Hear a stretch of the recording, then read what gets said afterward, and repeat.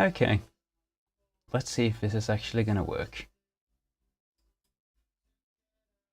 YouTube says something's going on. Are we gonna get video? Are we gonna get audio? We've got audio. Good. I've just been spending a significant amount of time trying to get my ridiculously expensive video capture devices to actually work. And that's apparently not very easy.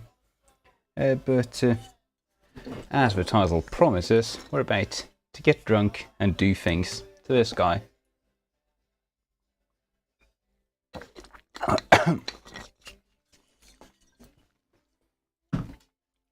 So, in case anyone actually watches this, sorry I haven't been around lately, as it tends to go, life's happened.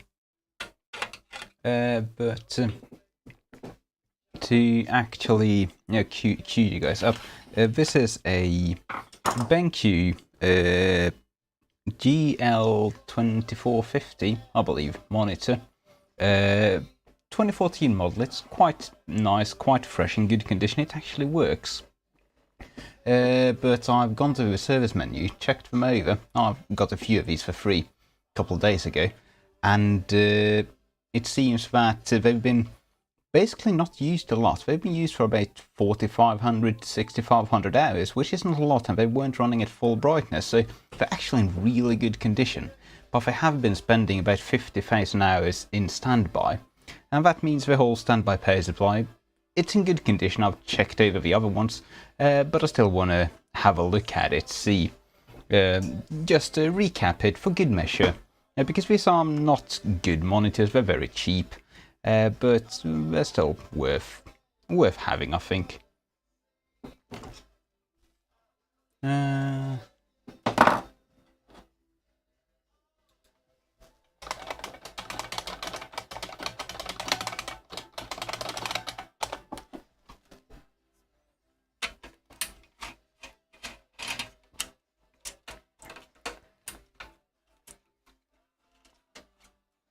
So I have been spending some time actually on one of the other monitors I was working on, just taking apart to check them over, to see if it would be possible to do a low brightness mod on these, and that actually seems to be not possible. Something I like to do on basically every monitor I own is to turn down the brightness, just modify the LED driver to run the LEDs at a lower current. Because that's just, it's easier on the eyes. I often use my stuff at night, and it makes the LEDs last longer. But sadly, the LED driver chip, which is this guy, an OZ9998 in this particular model, you basically can't get a data sheet for it, and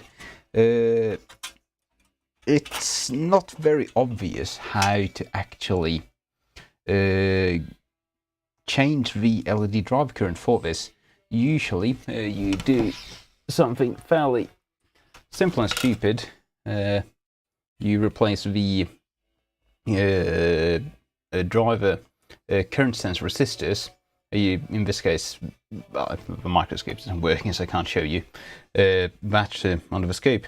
But you have two big current sense resistors here, and you just remove one of these. That usually cuts the LED drive current in half. However, on this OZ9998 model chip, let's get this guy up there. On the OZ9998, that actually doesn't work. It seems to only have the current sense resistors for overcurrent protection. So all that happens if you remove one of the resistors, like I usually do, is you get a resistor running twice as hot, and we don't want that. Glog. So that's a shame. I do like my low brightness monitors, but sadly the BenQ GL2450 is not a viable candidate for that. What am I? I have a wire on the floor which I'm continuously running over with my chair. That's not very good for wires. So with that ramble out of the way, Wow, 5... Are people actually watching this?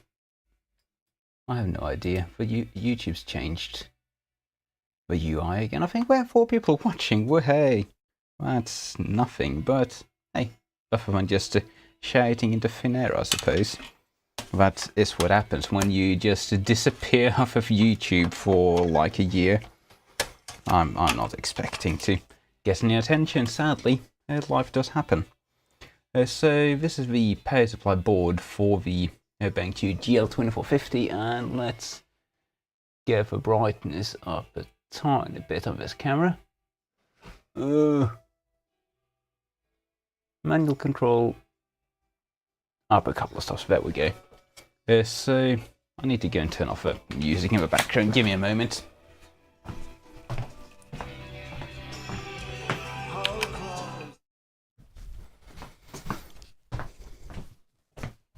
There we go. I'm easily distracted, can't have anything on in the background. Oh, people are showing up in the chat. T-Lex says thumbs up, thank you.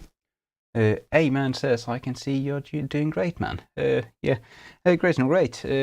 My, proper business has picked up, so I haven't had time to do any of the YouTube stuff, which I used to do as, basically a job until I actually got, well, a proper job. I'm properly self-employed now, which is good for the bank, but it's bad for you guys.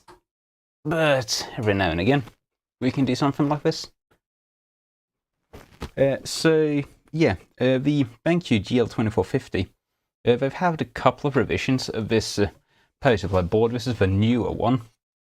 The older one has a weird little inductor on, which is mounted on a little PCB here. It's a toroidal one, and that actually tends to burn up over time.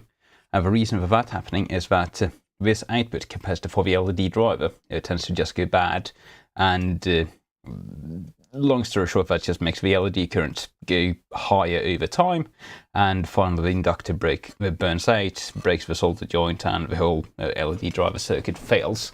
So I've done a few of these in the past, the older model. The newer ones seem to be actually better built. They're built to a lower price point. You have smaller components in general, but they seem to be generally higher quality. Man, I'm annoyed at my microscope camera not working, but I don't think there's any easy... I know there is an easy way for me to get that working. Hang on.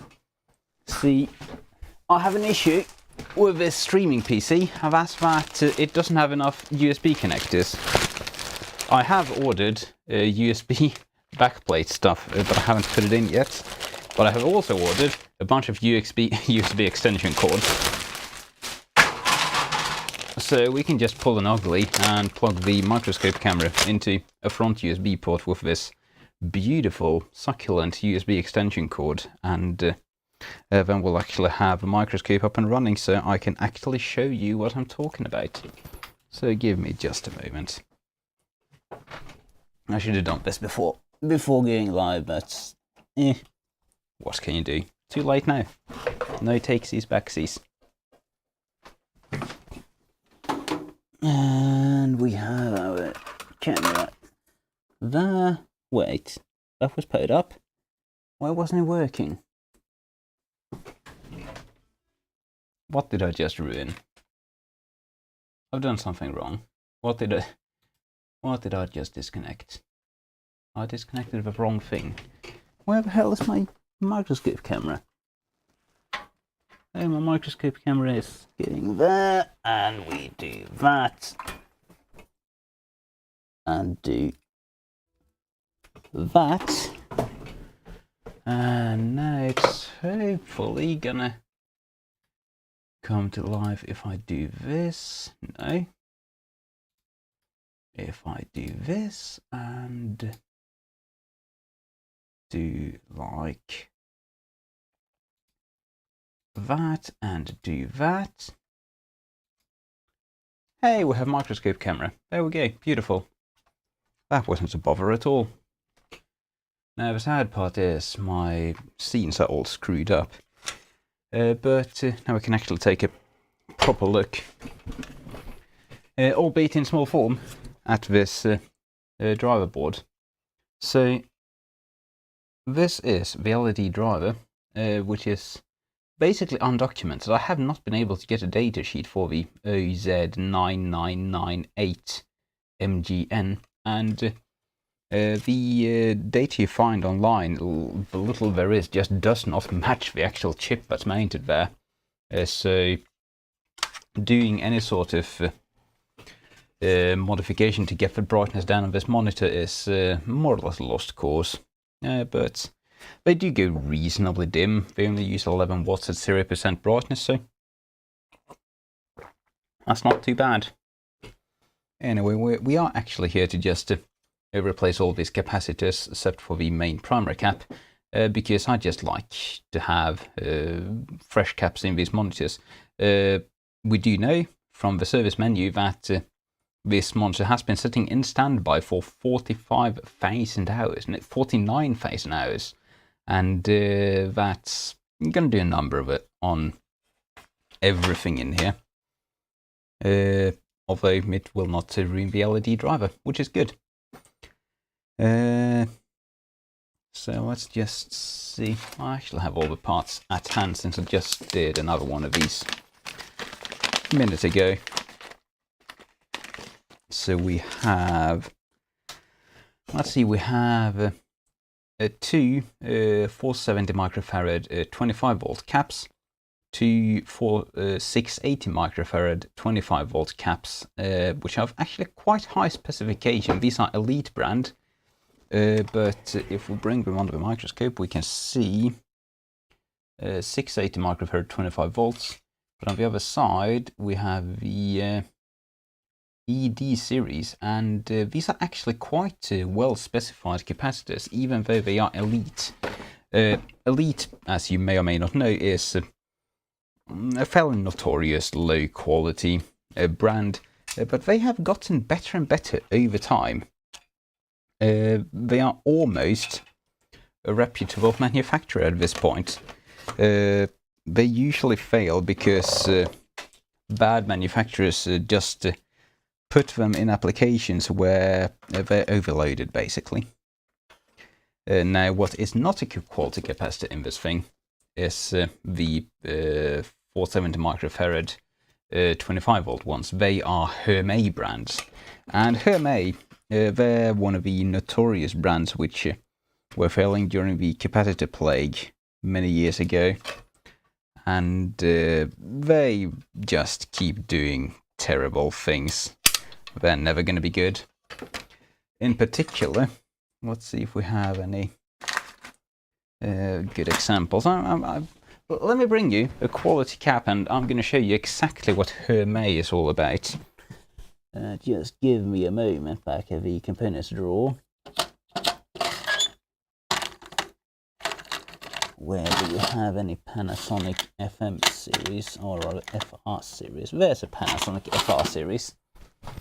So, what Hermé does, they are notorious for doing just this, is, if you look at a microscope, this is a Hermé capacitor. You can see the shape of the vent on the top, you can see the style of the print, and you can see the Hermé logo there. Now, this is a Panasonic FR series capacitor, which is a very high spec capacitor. These are expensive. You can see the shape of the vent, you can see the style of the print, and you can see, does Panasonic even have any proper branding on the caps anymore? Well, you can see the FR logo there. So what Hermé is doing is they are just flat out copying Panasonic, their high-end capacitor series, with their own absolute trash. So when I first opened this up, I was like, what the hell? Do we have Panasonic FR in this cheap monitor power supply? But no, they're Hermé copies. And I'm just not gonna cut a manufacturer that does something like that any more slack than I absolutely have to. So Hermé, they're not a good company, and of course they fail all the time. Even though they might be used within their specifications.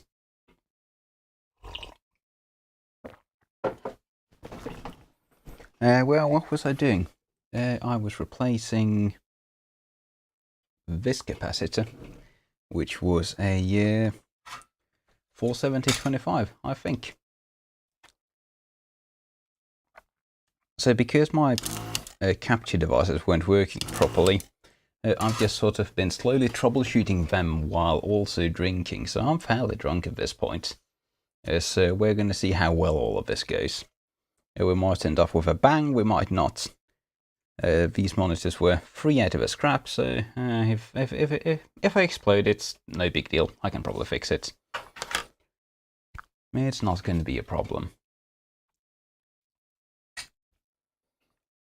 Actually, let's just not solder that yet. We have another one. We have a second 470 microfarad right there. So desoldering stuff from what these single layer power supply boards, I actually prefer to just heat one of the joints, tip the capacitor over, like so. You can see what I did there. I heated one joint and pulled it out. Then I heat the other, make sure everything melts. Then I tip it in the other direction and it comes out.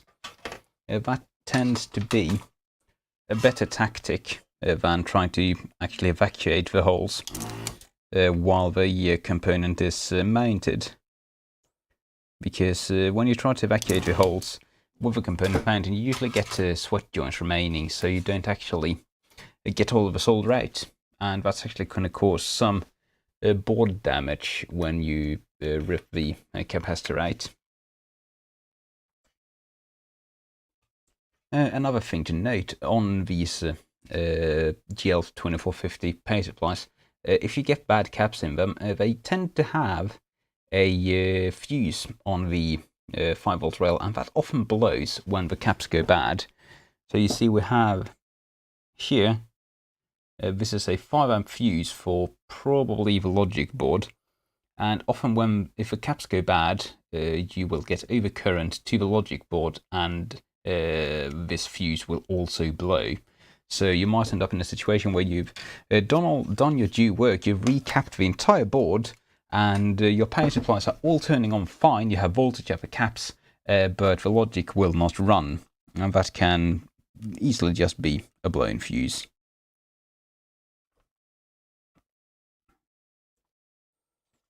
So let's solder these guys in.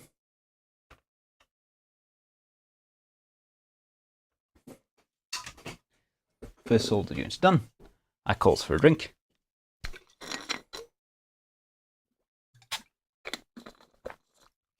So I hope my parents are not watching, because this is straight 60% vodka. I'm not a large person. I'm going to get very drunk very quickly with a bunch of this stuff. It does not take more than a couple of sips for me to basically fall off the edge. So we're going to see how many caps we put on backwards, how many caps we explode, how many LED drivers go up in smoke. Probably none, because I am fairly pedantic. So that's going to be our first 2 caps replaced. This one and this one. These are Nichicon PW series, which are good quality caps. Now, these 2 are 680 microfarad, 25 volts. Let's get brightness up on that a bit. 680, 25 and Elite ED series. Even though their name shares the acronym of a certain disorder, erectile dysfunction, these definitely do not have erectile dysfunction. These are very highly specified capacitors, even though they are elite. So we actually need to use some pretty good Japanese capacitors to replace them. I have one PW 1025, and we're going to use one PW 470/25. Now the reason for this is that I don't have 680 microfarad PW caps would actually not quite be good enough to replace these two. They would be overloaded. But one 1000 and one 470, they just about make the ripple current specification of these two capacitors. I would not usually replace these capacitors, if not for the fact that I know that these two capacitors in the older generation, GL2450, tend to fail. And I think that's got to do with the fact that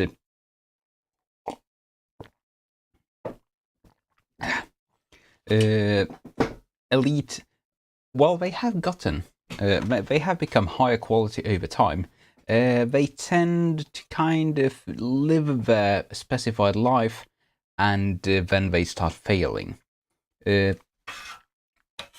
Unlike higher quality brands, which just sort of keep going forever, even if they're out of spec. So I fully expect these fairly highly spec'd Elite brand capacitors to fail no matter what. And I don't want to have a monitor with failing caps. So they are being replaced.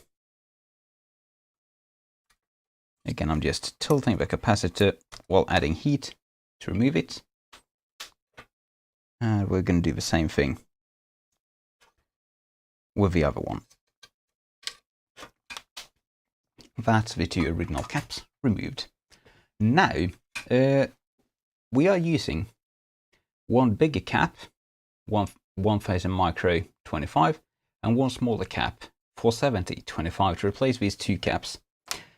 Is there a method for choosing where we put which cap? And yes, there is.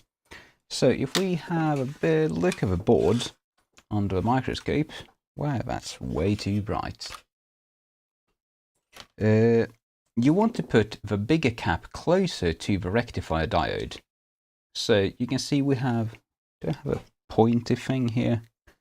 Yes, I do have a pointer thing. So you can see I've desoldered this capacitor and this capacitor. And if we follow the traces, this is going to be ground, and this is going to be the positive.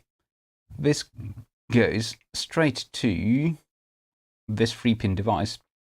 This is D5, D something something. This is the rectifier diode on the secondary. And this is what's putting charge into the capacitor.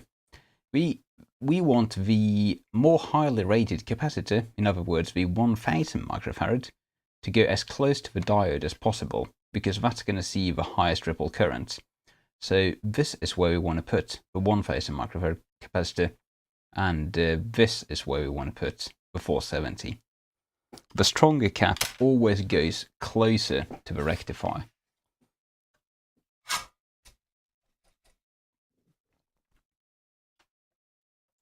So let's just do that.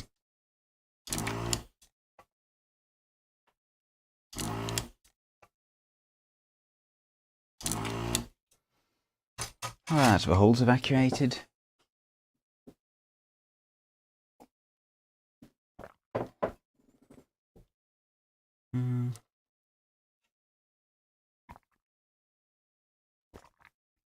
Right, let's see which is which. Yes.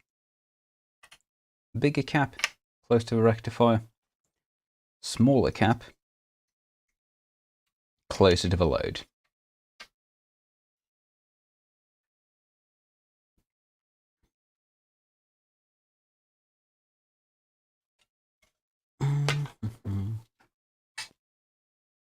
And we'll solder those in place.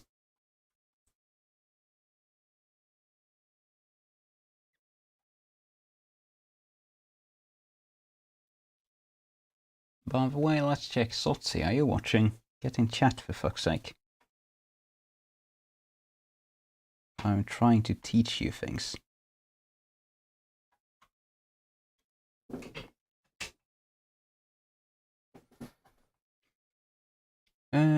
T-Lek asks, did you actually choose the caps by looking up the Ripple current specifications? Yes, I did. I'm very thorough with that, and like, this is just an LCD monitor. It doesn't really matter how long this lasts, but I try to keep a sort of mental tally of which caps have which specs.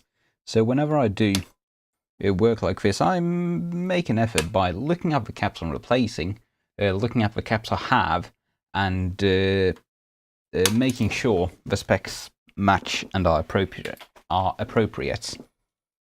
That just means that I like that sort of pedantic thing makes it easier for me to do my job in more critical applications where this actually matters. Because I'll be able to know, oh yeah, the PW series, they're pretty good, but they're not super. The FR series, they're pretty good, but not super. The FM series, they're really hardcore. And I'll have an idea of which caps have which specs in my head without having to constantly look up the datasheet. It's just one of those work things. It's a good habit. Right, so now we've replaced that cap, those caps, and also this cap. We have this one, which is another Hermé, which is copying I don't know what. No, wait, that's a Lelon. It's not a Hermé, sorry. Lelon, again, they're a bit weird. Lelon, I have Lelon in a couple of devices, and when used within specifications, they actually seem to perform quite well. But when used in switching power supplies, they always seem to fail, so we're going to swap this guy out. This is a 680 microfarad 10 volt capacitor. I have a 680 microfarad 16 volt capacitor to swap it with. And this would be a Chemicon GZE, which is a pretty good cap. Pretty good indeed.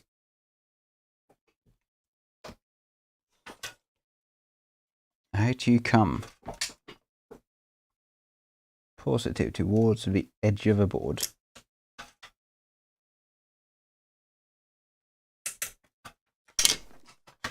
Whoop, there he went. And evacuate the holes. No, we don't, because the solder socket is all full of solder.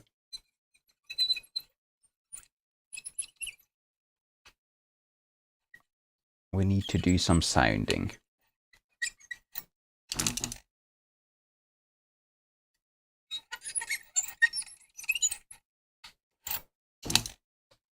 There we go.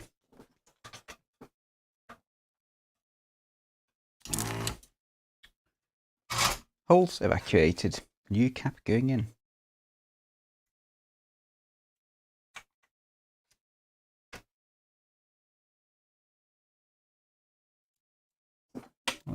There we go.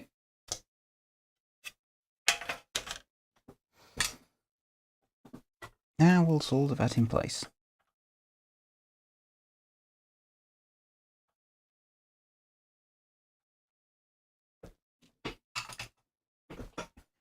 That's another successful solder joint. We can have another shot.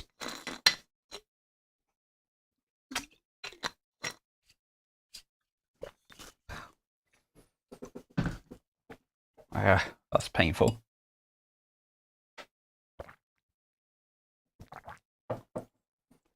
A-Man asks, how did you know that the problem is mostly from the capacitors?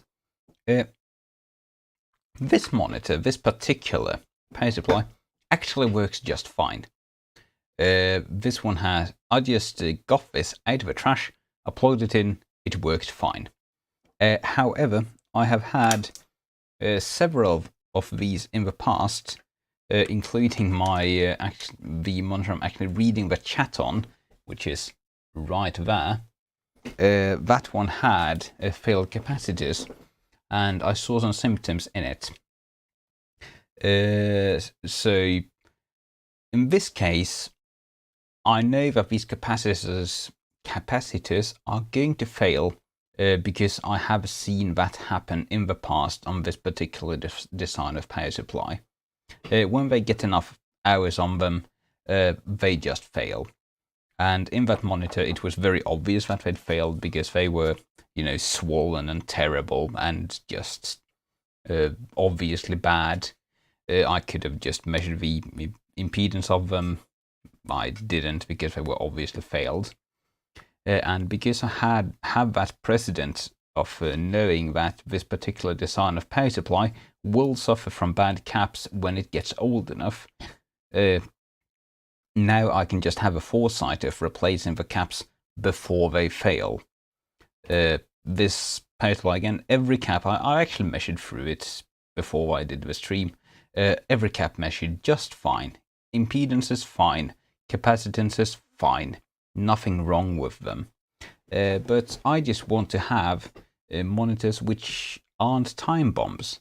I want to, like my whole philosophy with devices in general is, I want to have a device and I want it to work forever.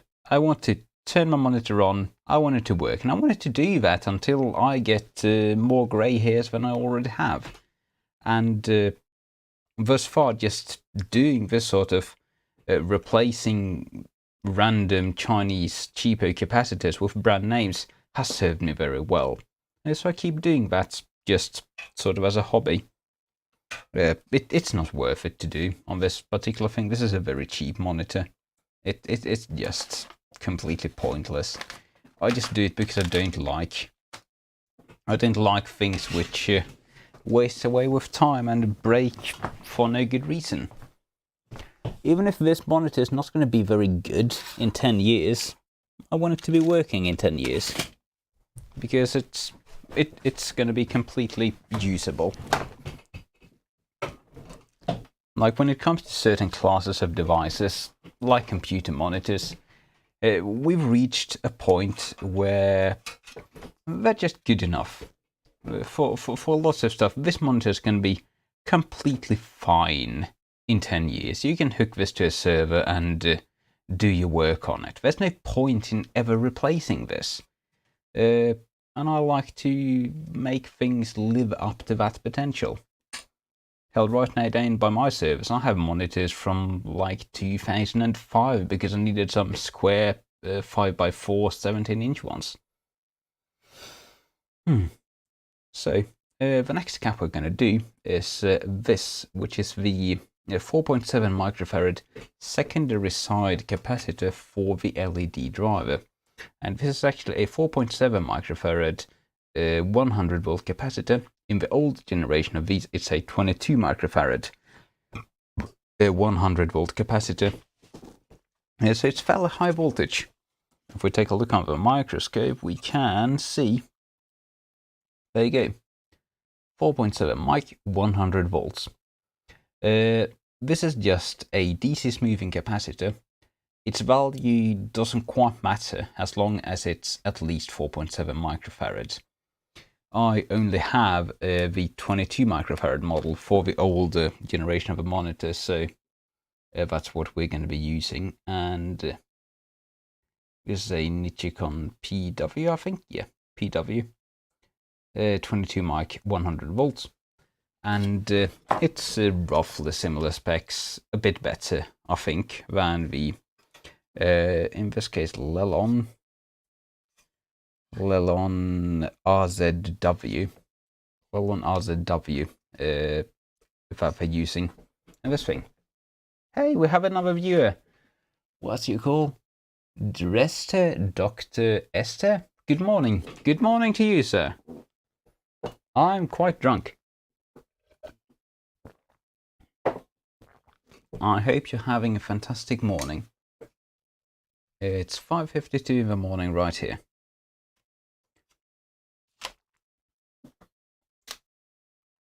So we'll just remove this capacitor as well.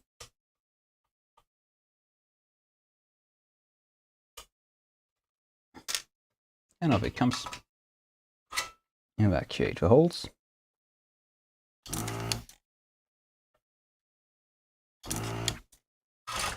There we go. Sneeds, feed and seed says, I'm out of alcohol. Some kind of weird furry emoji. Well, shucks. That's no good for you, sir. Once I have made this solder joint, I shall have another shot. This is something which is actually important. If you're installing a capacitor into a pin spacing that's not optimal, you need to actually go through the effort of bending the legs like that in order to make it fit. Because if you bend it so that if you just shove it into the holes, you're going to bend it right at the rubber seal, and that's actually going to make the seal fail. And you will end up with a capacitor which does not live up to its specification. It will fail prematurely. So it's very important to manually bend the legs. Don't just shove it in with violence. That will give you an unreliable product. There we go. Put that in place. It's in the right way around. Yes, it is. Sneed, seed and feed. Because it's not Chuck's. Chuck's fucking suck. Haha. Oh, Simpsons.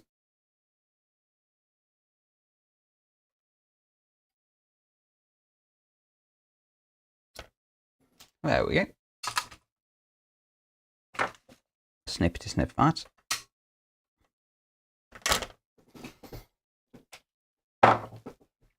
And we can get even drunker. I should have just called this stream repairing a monitor, but every time I do I finish a solder joint, I have to take a drink.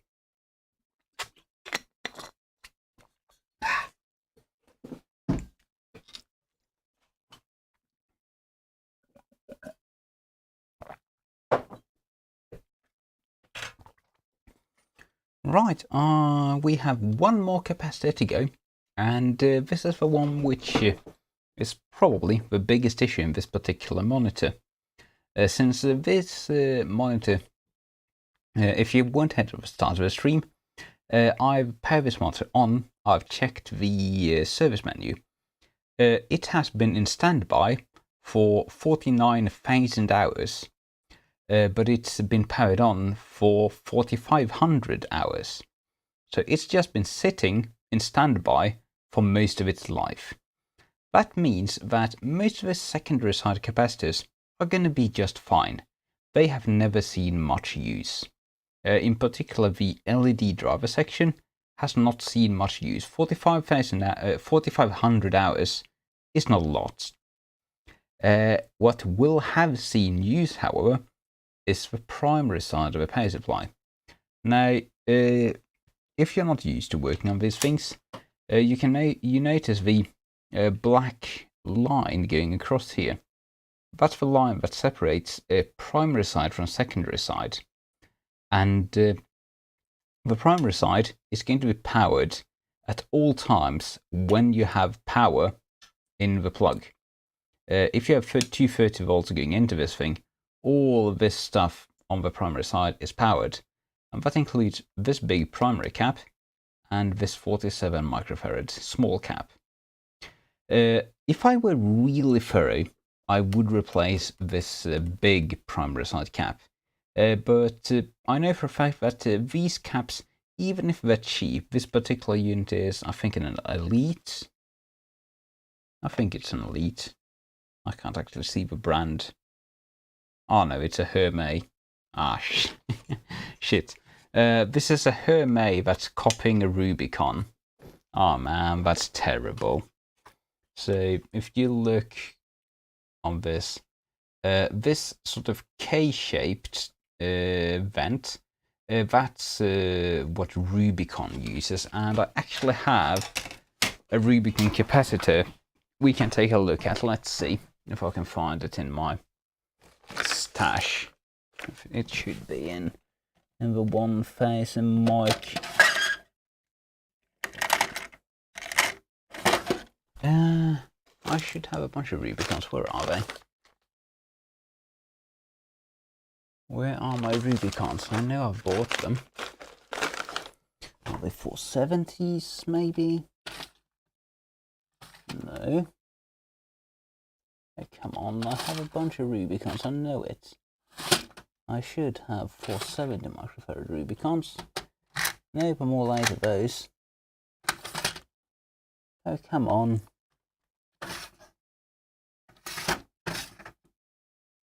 Where are my Rubicons?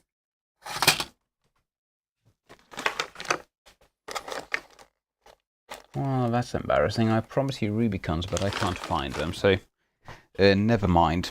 You'll just have to take my word for it.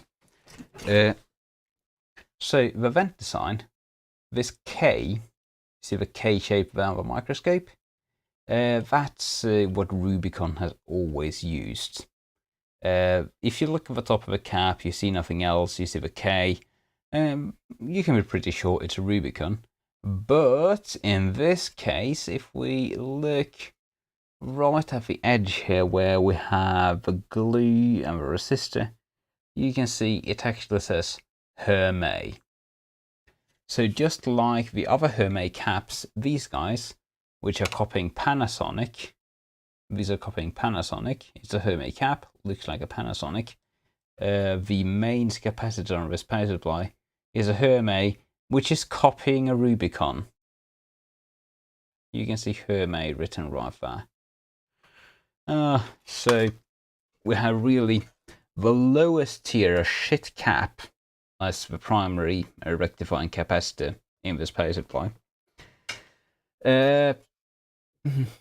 I usually try to replace every Hermé I see because they're just trash, but my experience tells me that these primary side caps, they tend to live a fairly easy life. At least here in Finland, where we have a very stable and friendly power grid, these guys, even if they're very low quality, they just tend to not fail.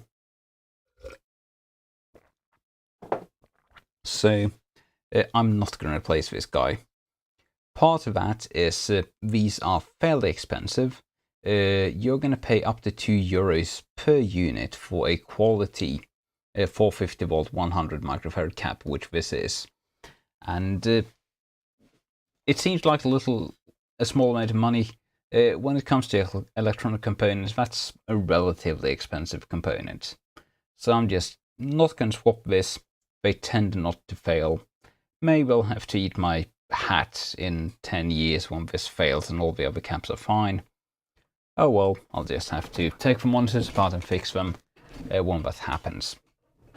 What we are going to replace, however, is this one, which is a 47 microfarad at some random voltage, probably 50 or 63 volts. Let's have a look. It's a Lelon 47 microfarad, 50 volts. You can kind of see it right there. 4750. Usually, the small capacitor on the primary side of the power supply, that means within this line, that's usually the rectifying capacitor for the power supply switching IC, which is probably this guy here. What are you even? That's an LD7576AGR. Random switching IC, usually powered by this capacitor. This capacitor is usually powered on as long as the power supply is hooked to the grid. So they tend to fail. Like, this is one of the common capacitors that manufacturers very often make very low quality in order to make the power supply fail over time. So this one is definitely being replaced. Oh, someone said something in chat. Let's see. Amen says, you can start a barbecue party if you spill that glass on the board. Spilling some water on a powered off board is not a problem. Like, you can get a board as wet as you want. As long as it's not powered, it's not an issue. 47 mic coming out.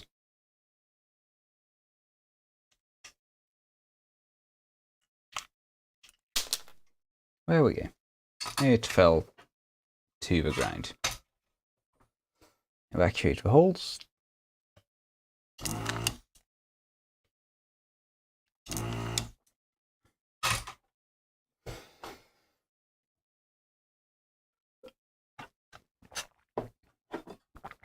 And I should have a proper 47 mic cap to go in its place.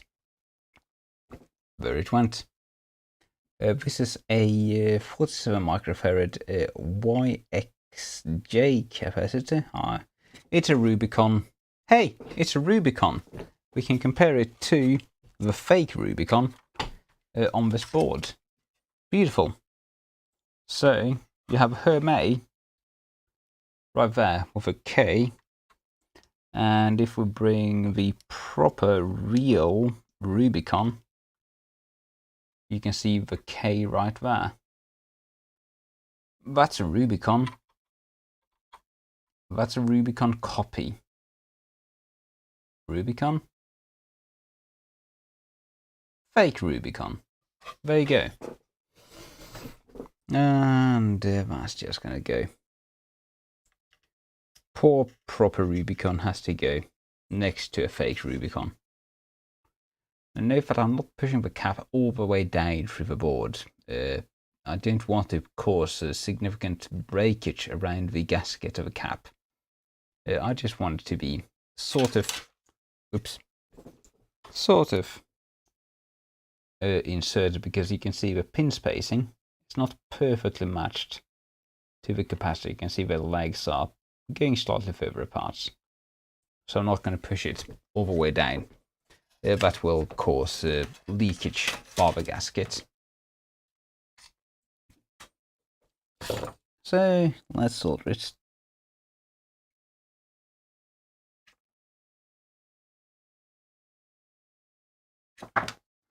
There we go.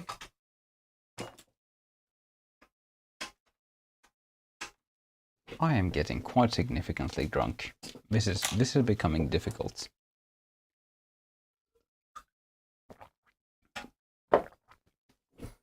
But I think we should probably be done by now. We have replaced every single capacitor except for the main primary rectifying cap, which I'm not going to do.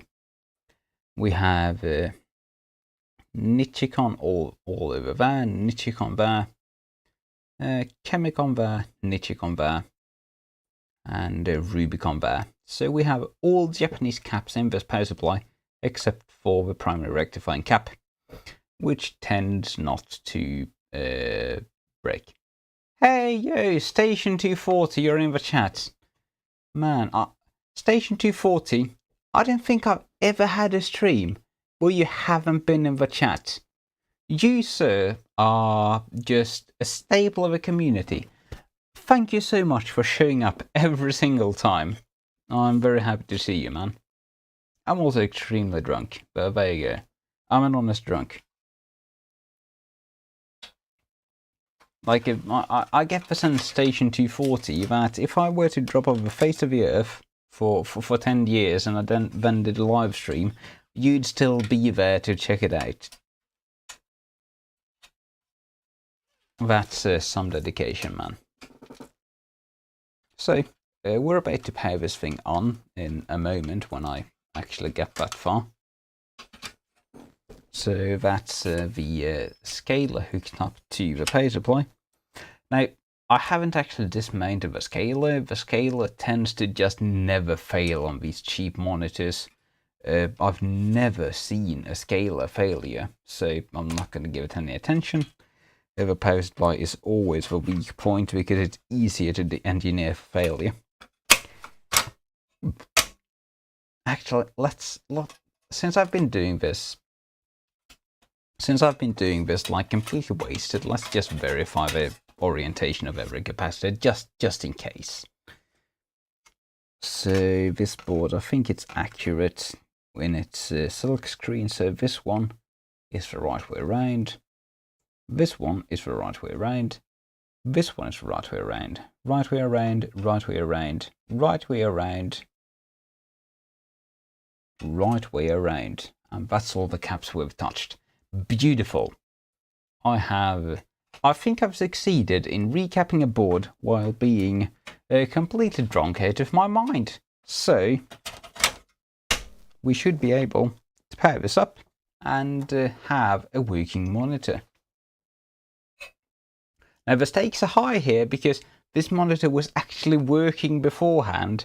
If it doesn't work now, I've done something very wrong, and that's just not good.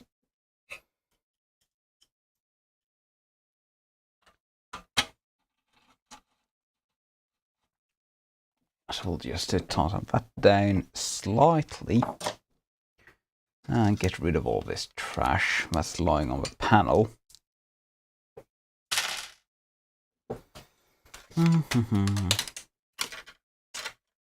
Poker sticks go in the poker sticks box.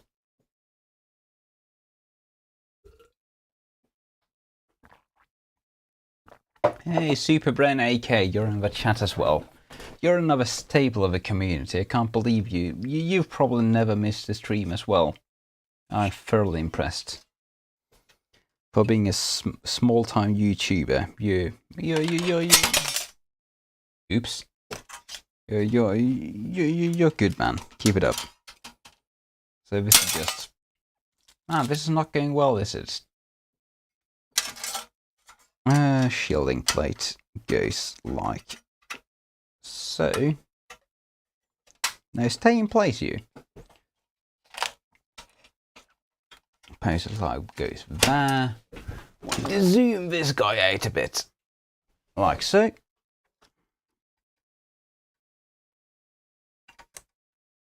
LEDs go there.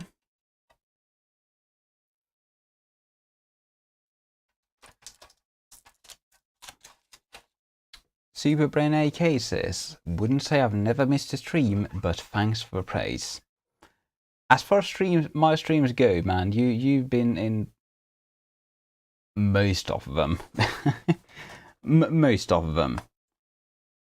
You and Station 240, you are two absolutely beautiful subscribers. Anyway, panel goes in there. There we go, that should be connected. We shouldn't need the bezel which hooks the buttons on there because I think this thing is turned on. So let's flip this around.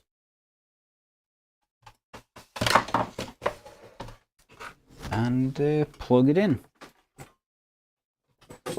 We have 240 in this lead. This is either going to work or it's going to go boom. I don't have any actual signal to feed it, but hey, there we go, it was powered on already. No cable connected, that's what we expect to see. And it's working absolutely fine. It's using 25 watts because it's set to 100% brightness, which is what we expect. So there you go. Apparently, I'm able to get shit-faced drunk and still recap a power supply. There you go. Beautiful. Now, the annoying thing is, I don't actually have a source for this thing, so you're not going to see anything other than no cable connected. Unless I disconnect my monitoring monitor over there, and I'm just not going to do that because I need it. Now there's went into standby, drawing no power. We are perfectly okay. So all that remains to do is to pull up my pants so you don't see my butt. Clean this thing up and put it back together. And that's just all dreariness and drudgery. Where's my window cleaner?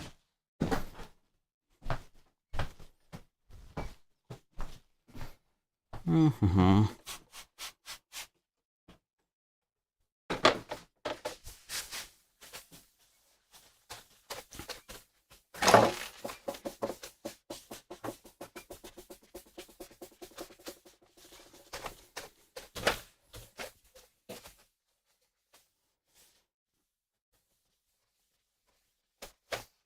always try to clean the monitors off before I reinstall the bezel, because it's just annoying to really get into the corners and clean them up. It's much easier when it's just a raw panel. This thing had a few nicks and scratches, and just letting the window cleaner evaporate while constantly doing this sort of rubbing motion, it tends to just buff out all the scratches. Okay. I would say that's the monitor looking absolutely fine. I'm just going to wipe off the bezel, and then we'll reinstall that and we'll be good to go.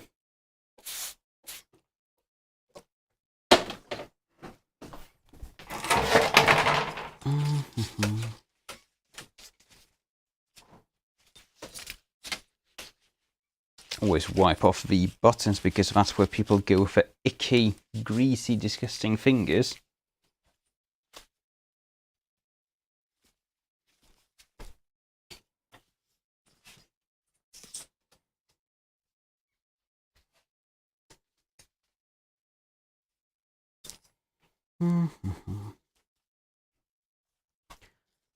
The exciting work of an electronics technician, which you can do apparently while being completely shit-faced drunk. Is that a clean bezel? Not really, but good enough for this like €100 monitor. You go on there, button wire comes out of the side, hooks to the buttons.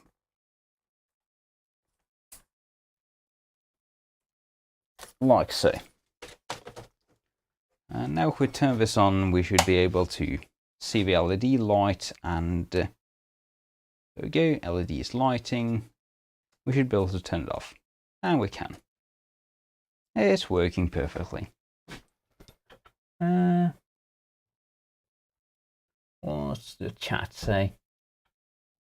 Superbrain AK says. Superbrain AK says, does not say bonk when I drop my solder. Superbrain AK says, it's good to hang out with cool people. Not many people understand my ramblings. And he also says, I second that. You will never be able to get that dirt out of the corners unless you take it apart. Best to take advantage of the time right now. And Station 240 says, another dumpster fire monitor, I assume. Yes, indeed. Like, I found 3 of these guys in the dumpster. It was a while ago. Here's another one, which I did just before now. And they all just worked perfectly. But because I'm me, and because I apparently have no life, I just took them apart, replaced the caps in them, and never ready to live basically forever. These are probably going to be the most long-lived BenQ GL2450 monitors in the world.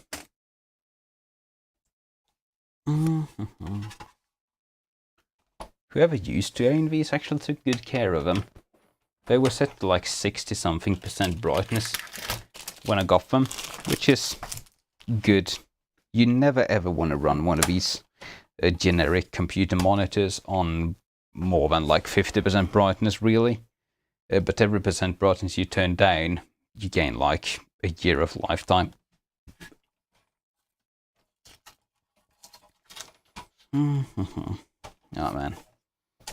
It's terrible how you can see how I've just done this a million times, but how it just automatically run through the procedure. Like I'm not thinking about what I'm doing, I'm just doing it. put it down, you get the aluminium tape, you tape, put it in place, tape down like meh, to just keep it in place so it doesn't go flopping all around.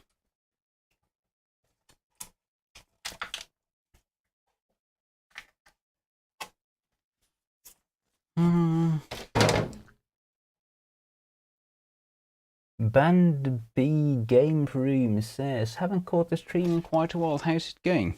It's going quite well. I just haven't had time to do any streams because I've had too much work as a normal person, doing normal person stuff like repairing electronics and industrial stuff and what have you. So I just haven't had time to do any streams. It's sad, but that's just the way it goes. YouTube is only profitable if you put like a ridiculous amount of effort into it, and I'm just not going to do that. On the flip side though, we've done an entire stream without my stupid, annoying capture cards crapping out, so I finally got that issue fixed. Thank goodness. The last like 10 streams, either this camera or that camera has just crapped out halfway through, and we haven't been able to fix it because Blackmagic Design don't do good drivers apparently. But finally they've fixed that.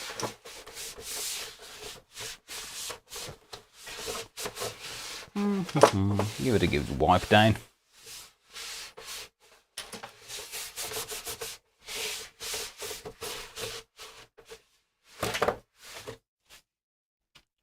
And we'll snap it back together, since we know it works fine.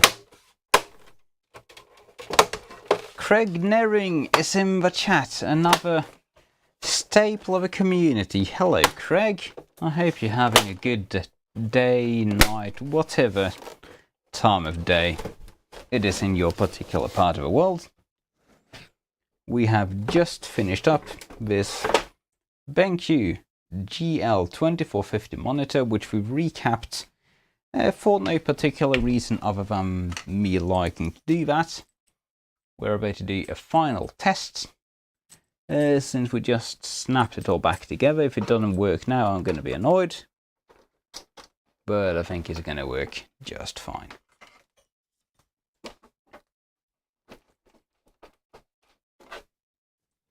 And we have power going into it. No signal present, that means the scaler's working. I know we can get a signal into this thing if we want to. My other GL2450 just died. Why? Why did my other GL2450 just die? That's not good. I can't see the chat because my other monitor, which is identical to this one, just stopped doing its thing. Oh, there we go. It was the KVM that died, not the monitor. Craig Nering says it's 10:20 PM. Man, where the hell are you? I have no clue where that would be. That's like Eastern US? I have no clue. Anyway, we're basically done here. We have a nice working monitor, and I'm really too drunk to keep showing my face publicly, so we're gonna round it up now. Only thing left to do is to snap. Oh well, we really need to clean this thing. Oh, that's disgusting. We need to clean the monitor first, put it back together, and then we're done.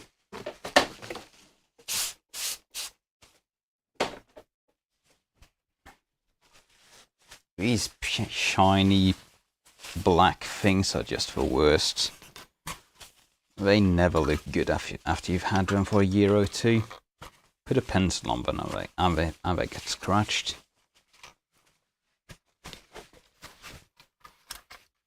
Craig Nering says Milwaukee. Superbrain AK says Arizona. Gotcha. All Americans. These feet, they just do not buff out. Whatever you do, they're just always going to look terrible. But at least it's not like full of dust and debris now. So we'll just... oh yeah, we'll have a couple of screws to put in on this thing still. There are 2 screws on each side of a stand which bolt the back case to the actual metal frame.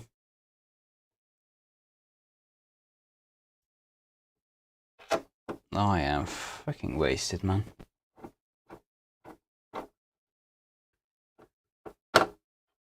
Band B Game Room says 4:22 PM over in not so great Britain.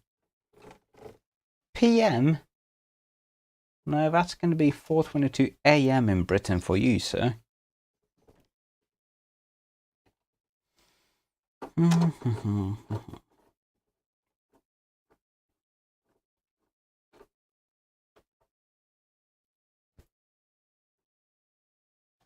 There we go. That's the 2 screws of the only 2 screws from monitor in place. Foot going in that.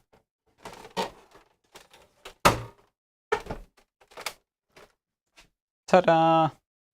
Our very cheap monitor is good to work another day. Man, that's just not confidence instilling, is it? Oh well, I'm gonna wrap this stream up now. Call it a night, and